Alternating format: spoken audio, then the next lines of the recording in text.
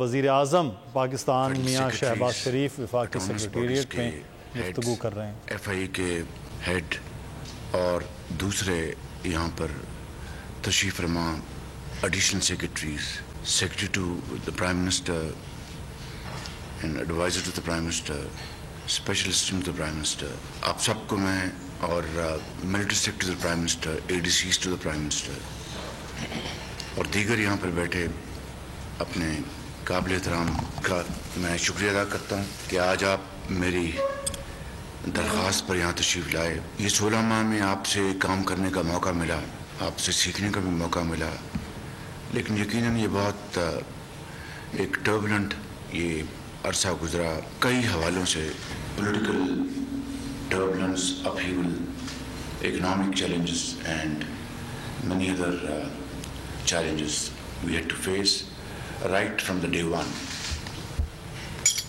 لیکن خدا تعالیٰ کے فضل و کرم سے پولیٹیکل گورنمنٹ کی جو ایک کمٹمنٹ تھی، اور یہ ایک اور بڑا چیلنج تھا کہ ایک کولیشن گورنمنٹ جو کہ 13 پارٹیز پر محیط تھی، اور ایک پولیٹیکل گورنمنٹ کے کولیشن گورنمنٹ کے اپنے ایڈوانٹیجز بھی ہوتے ہیں اور ڈس ایڈوانٹیجز بھی ہوتے ہیں. میں سمجھتا ہوں کہ ایک بہت اچھے طریقے سے کولیشن چلائی گئی اور میوچل کوآپریشن کے ساتھ، مشاورت کے ساتھ، اور یہ تاریخ کا ایک حصہ بن جائے گی کہ کولیشن گورنمنٹس بھی چل سکتی ہیں ترقی پذیر ممالک میں، بشرطے کہ ایک سوچ ہو پختہ کہ ہم نے عوامی خدمت کرنی ہے. اور چونکہ یہ پولیٹیکل گورنمنٹ چاروں صوبوں پر محیط تھی، وہاں کی لیڈرشپ، اس سے بعض معاملات میں ان کو حل کرنے میں مزید آسانی ہوئی. جو ڈیفیکلٹیز، چیلنجز کو اپنی جگہ، میں آپ کا بہت شکریہ ادا کرتا ہوں، آپ کو سب کا فرداً اور اجتماعاً، کہ آپ نے مجھے ہر لمحے پر آپ نے گائیڈ کیا، آپ نے کوآپریشن کی، معاملات کو حل کرنے کے لیے راستے ڈھونڈے. بسا اوقات یہ آسان کام نہیں تھا، لیکن جب یہ ایک سوچ جس کا نقطہ یہ تھا کہ ہم نے پاکستان کے عوام کے لیے کچھ کرنا ہے اور وقت نہیں ضائع کرنا ہے، تو راستے نکلے بھی اور بعض اوقات مشکلات بھی پیش آئیں.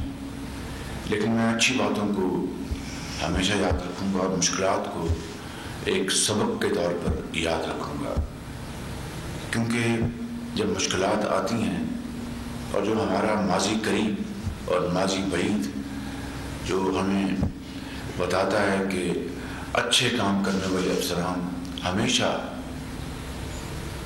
وہ نشانہ بنے تنقید کا، بیجا تنقید کا، ان کو نشانہ بنایا گیا کہ انہوں نے اچھا کام کیوں کیا، اور یہ اس ملک کی بڑی بدقسمتی ہے.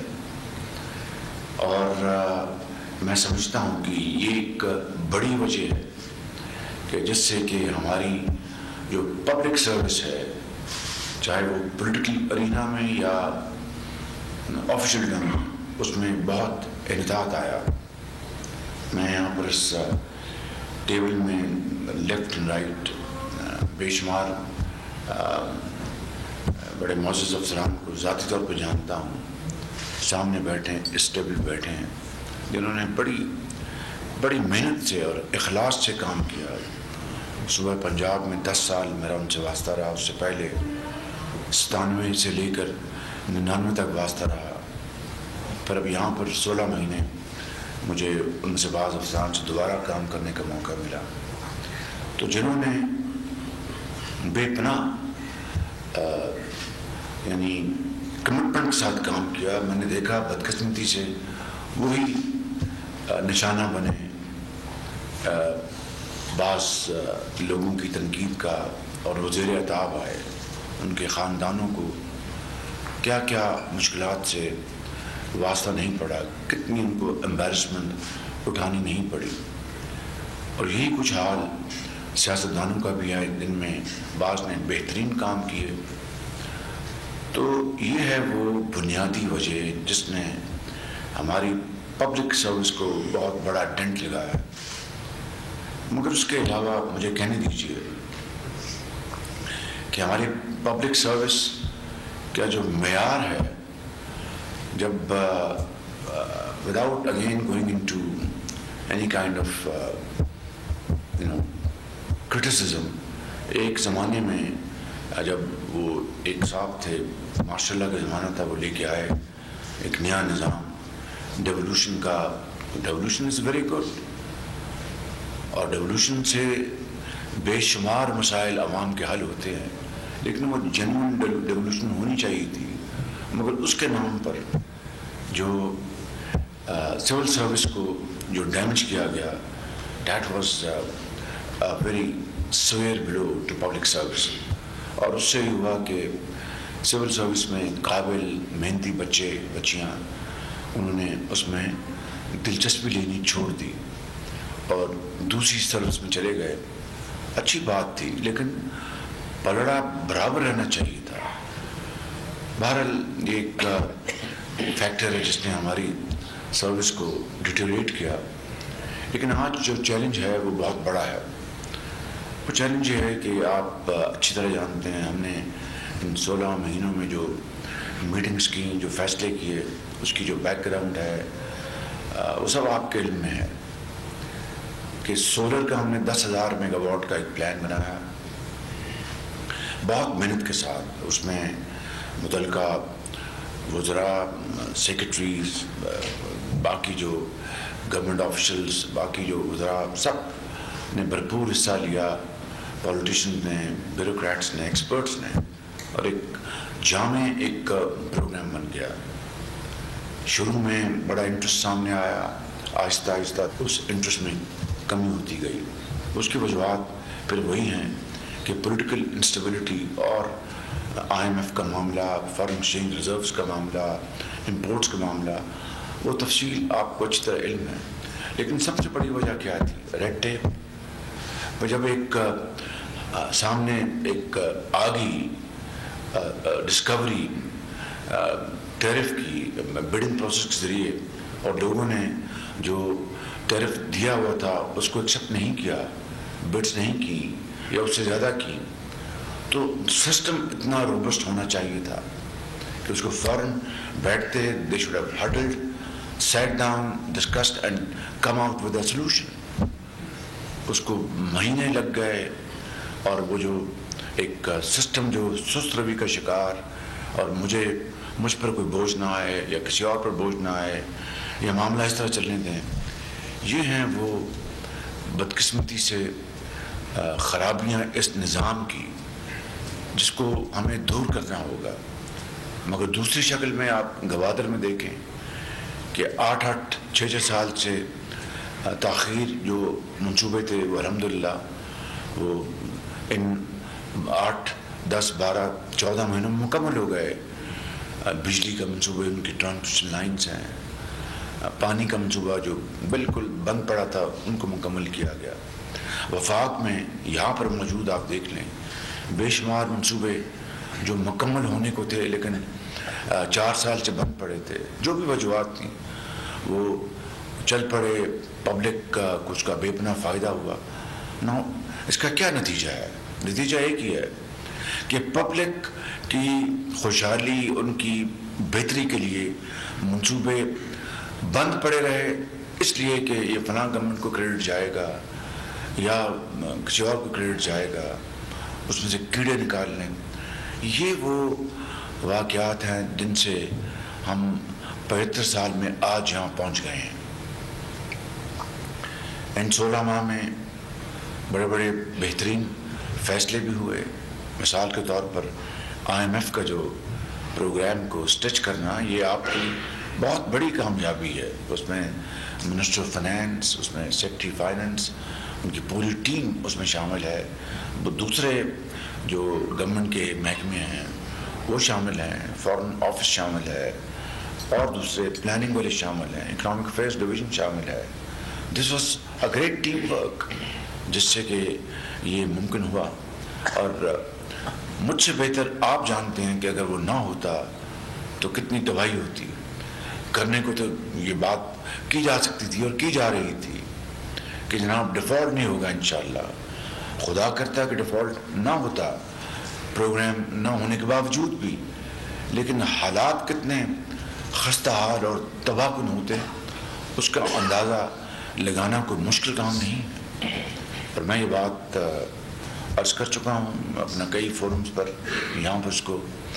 تو یہ آپ کی ایک بہت بڑی کامیابی ہے، and the credit goes to all of you کہ آپ نے سمجھا دیکھا کہ یہ اگر نہ ہوا تو یہ تباہی ہو جائے گی پاکستان کی معاش کی اور پاکستان کے معاشرے کی. پھر فلڈز میں آپ نے بہترین کام کیا. فلڈز میں آپ نے ہر جگہ پہنچے، چاہے وہ بیسپ ہے، چاہے وہ پاور سیکٹر ہے، چاہے وہ دوسرے روڈ انفراسٹرکچر ہے، پل ہیں، سڑکیں ہیں، ایگریکلچر ہے. ہر لحاظ سے فلڈز میں آپ نے دن رات ایک کیا اور قوم کی خدمت کی. یہی وجہ ہے کہ اگر اس کے اوپر کوئی ستائش نہیں ہے تو تنقید بھی کوئی نہیں ہے.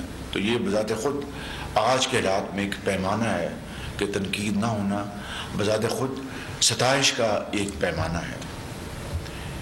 اسی طریقے سے میں سمجھتا ہوں کہ ہم نے دوسرے محاذوں پر آپ نے یہ دیکھا، خارجی محاذ پر بے پناہ کاوشیں ہوئیں، بڑی ایفرٹس ہوئیں، اور ہمارے جو تعلقات تھے جو بگڑے ہوئے، اور معاف کیجئے وہ تعلقات کو بگاڑ میں ہمارے اپنوں نے اس میں بہت بڑا رول ادا کیا. میں کوئی یہاں پر شکایت کے طور پر بات نہیں کرنا چاہتا، لیکن حقیقت ہے کہ ایسے ایسے الزامات، بے بنیاد الزامات، کوئی سر پیر نہیں، وہ لگائے گئے چین کے حوالے سے کہ جناب 45% کی کمیشنیں کھائی گئی ہیں. اور خدا کا نام کو اللہ کو جان دینی ہے. آج میں خطا کار آپ کے سامنے بیٹھا ہوں جس پر ڈائریکٹ یہ الزام لگایا گیا اس زمانے میں، یہ کوئی ڈکی چھپی بات نہیں ہے. تو پھر اگر لندن تک چلے گئے، نیشنل کرائم ایجنسی کے پہنچ گئے، تو یہ تو بہت آسان تھا 45% کا الزام ثابت کرنا. اس کو چھوڑ دیں، یہ میری ایک انڈیویجول کی بات ہے. پاکستان کو کتنا نقصان پہنچا کہ جو پروپیگنڈا کیا گیا سی پیک کے خلاف، 8% کے لونز ہیں، کو خدا کا نام مانے. پھر ہارٹ ٹاک میں جا کر اس کی معافی مانگی، نہیں وہ غلط ہو گیا، تو 2% کے 2% تو لونز کے تھے، یا 2.4% ہائیسٹ. باقی تو انویسٹمنٹ تھی جہاں پر لون نہیں تھے. تو کتنی ایک بدترین ایک اسٹریٹجی کے تحت پاکستان کے چین کے ساتھ تعلقات کو بگاڑا گیا.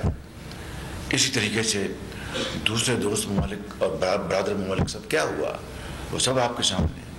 اس کے لیے اس 16 مہینوں میں جو کاوشیں ہوئی ہیں، وہ میں جنہوں نے اس میں حصہ ڈالا ہے، چاہے ہمارے فارن منسٹر، سابق فارن منسٹر ہیں، فارن سیکرٹری موجود ہیں یہاں پر، فاطمی صاحب ہیں، اور ساری درجہ بدرجہ تمام ان لوگوں نے جنہوں نے اس بارے میں کاوشیں کی، وہ گولڈ میڈل اگر بھی پہنائیں تب بھی ہم ان کا شکریہ ادا نہیں کر سکتے.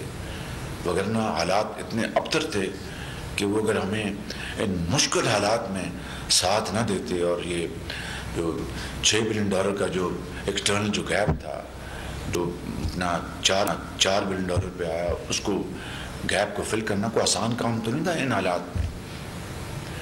تو یہ اس میں بھی آپ کی جو سب کی کاوشیں ہیں وہ انتہائی لائق تحسین. I am very grateful to all of you for providing this opportunity to thank you and appreciate your efforts. لیکن coming back to the point کہ اس کا حل کیا ہے کہ I mean 1 step forward and 2 step backwards. یہ تو ایک مطلب کہنے کا کہ ہم ایک vicious circle میں، ہم ایک دائرے میں. میں سمجھتا ہوں کہ آج وقت آ گیا ہے. You are very honorable officers. میں آپ کا سب کا انڈیویجولی اور کلیکٹیولی میں شکریہ ایک مرتبہ پھر ادا کرنا چاہتا ہوں. سیلف انٹروسپیکشن، ہم اس کے اوپر اپنی پوری ایک